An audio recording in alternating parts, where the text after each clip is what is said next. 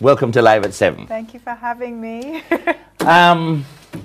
You blew us away, and I'm not sure why. I'll reveal something to you right now. Somebody asked me, are you going to watch Tessanne on The Voice? And I said, no, not really, because I've seen and heard Tessanne 14,000 times. I'm glad I did tune in, however. How did all of that come about? To be honest, it was Shaggy. Oh, really? Shaggy came to me with a suggestion, and he was like, you know, there's this opportunity here, and I really think that this would be an amazing stepping stone and platform for you to pursue. And I was like, oh, I don't know, am I even allowed to do that? Like, you know, and he really encouraged me. And Shaggy's one of those people that he's always encouraged me, you know. He's really persuasive as well. He is, but he really looks out. So I appreciate it. Big up, Shaggy. Did you have any reservations about going that route as another step in your career?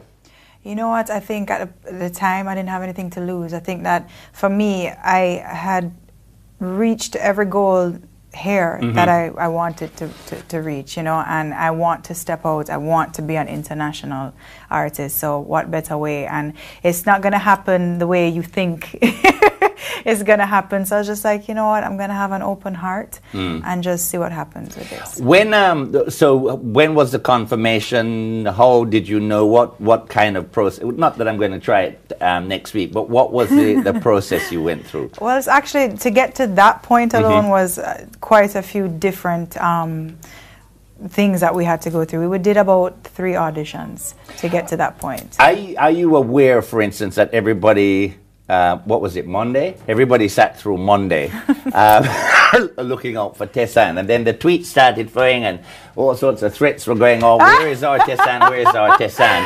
Well, I was threatening too. And then when it came down, people were still watching, still nervous, and then they saw like a teaser come up just after one break, and you knew, because even in the teaser, it was suggested that the coaches, the judges, whatever they're called, were blown away by this performance. As you went book and you step out onto that stage, you don't see them before, right? No. So you're stepping out. You know that Adam Levine is there. You know that Aglia, CeeLo, and so on are there. Yes. When you go book and step out onto that stage, was it different for you in any way than say coming out in front of a live audience or singing at a concert or jazz and blues or whatever? Well, I have to say that I am most nervous singing at home. Because I think at home, the Jamaican crowd, because they know what they want, are the toughest crowd. And I think for me, I just had to keep telling myself, it's just another show. It's just another show. Because when you start to going to overthinking it, then I got really nervous. And I remember being on that stage and walking onto that stage and just thinking, it's another show, just sing, you know, and thinking you better catch the key. What about, speaking of key, you went with Try. Yes. By Pink. Yes. Why did you choose that song, and how long did it take you to say that's the one I want to do? I chose that song. That was the song I did most of my auditions with. It was always there somewhere, and I chose that song because not only do I believe that Pink is she's a fantastic performer and vocalist, but it was I felt like that's what I was doing. I was getting up and trying again, because anybody in this business know you experience a lot of yes and you experience a lot of no as well. And so for me, this was getting up and saying, well, it didn't work this way, I'm going to get up and try it this way. And I didn't want it to be sad, I wanted it to be an anthem. So I decided to try and sing my heart out as much as I can, but that's why I chose that song. Did you consider one of your own? Did you consider at any time that, hey, let me go with one of mine? Well, you know, for me, I wanted this to be a reinvention and, you know, a stepping stone into something a little bit different. I am Tessanne, I will always be Tessanne, but I feel like I've not hidden the fact that I want to try and do different music, and I think, you know, this is a perfect platform for me to do so. I will always have my reggae roots. I can't help but be anything but Jamaican because that's my blood. So definitely reggae is always going to be infected into the music that I do, but I want to see how far I can get as just a vocalist, period. How much did the studio audience, because as you went and opened your mouth, and I know it wasn't just Cuff and your dad, the whole volume just went up. I couldn't believe that. That to me moved me as well, because like I was saying before, like I'm used to my territory, which is Jamaica and, you know, certain parts of the Caribbean. So that really made me nervous, because this is completely new territory. This is a completely new music, a completely new way for me to sing. And excuse me, I just felt like, oh God, like just please God, let them feel what I'm singing, you know, let them feel what I'm singing. And they did, and that they didn't get to show it because there's so much that happened that wasn't, you know, able to be shown. But I actually kind of got emotional after, because they were just so receptive, and it was it's a lot of pressure. We saw in the clip your husband, Michael Cuff, and we saw your dad, Daddy, going loopy.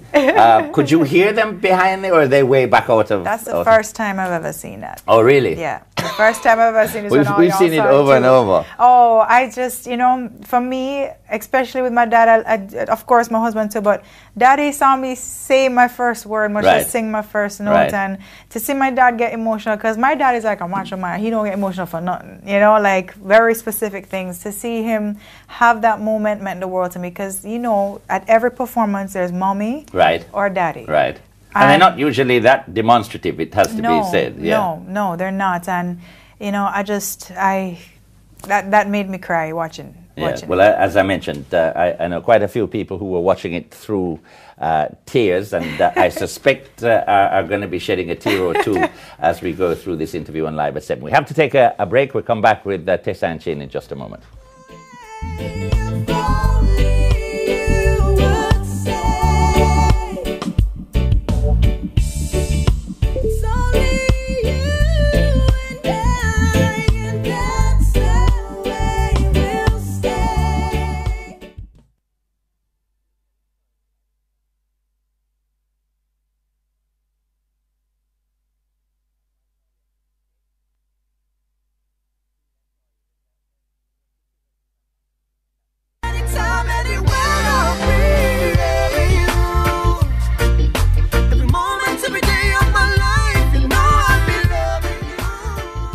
All right, we're with Tessanne. So we asked people on Facebook just to give their reaction to the performance on The Voice. And here's what we've got. Camille says, Tessanne has always been my most beloved superstar. She really shone on stage. I couldn't be happier. I may even be more excited than Tessanne herself. That is indeed possible. Tessanne, you're my star. Keep shining as bright as you are, girl. Star Johnson says, my smile was ear to ear when she went on. I was watching The Voice for the first time. Didn't regret it one bit. Yvonne says she was excellent. I enjoyed it. And I'm glad she chose Adam. Everybody seems to like that matchup, by the way. Maxine says, I've watched it more than 20 times already. Each time, Tessanne sounds new. I've already hit up my friends in the USA to ensure that they have voting locked up for the duration of the competition. Parties are already being planned to assist this. Mad things, New York style. And Sequoia says, Tessanne, you gave us a feeling similar to one of the Reggae Boys' Road to France campaigns. A long time, me know you bad still, but we're proud of you. And Luscious says, representation of the highest order. You go, girl. We've got your back. Shine your light and make us proud. We love you. We love you, Tessie. So the process, how much time did you have to wrap your head around it? So once you got there and you know you're part of the auditions, how did you, and what did you do to say, you know, prepare? Well, we literally found, I mean, there's a lot of preparation. I mean, there's dress rehearsals, there's band rehearsals, there's wardrobe, stuff like that. But you don't know you're auditioning until the day or the night before. The night before? Yeah, and in my case, it was like 11:30 at night, and it was like a 5 o'clock call the next morning. And I was up at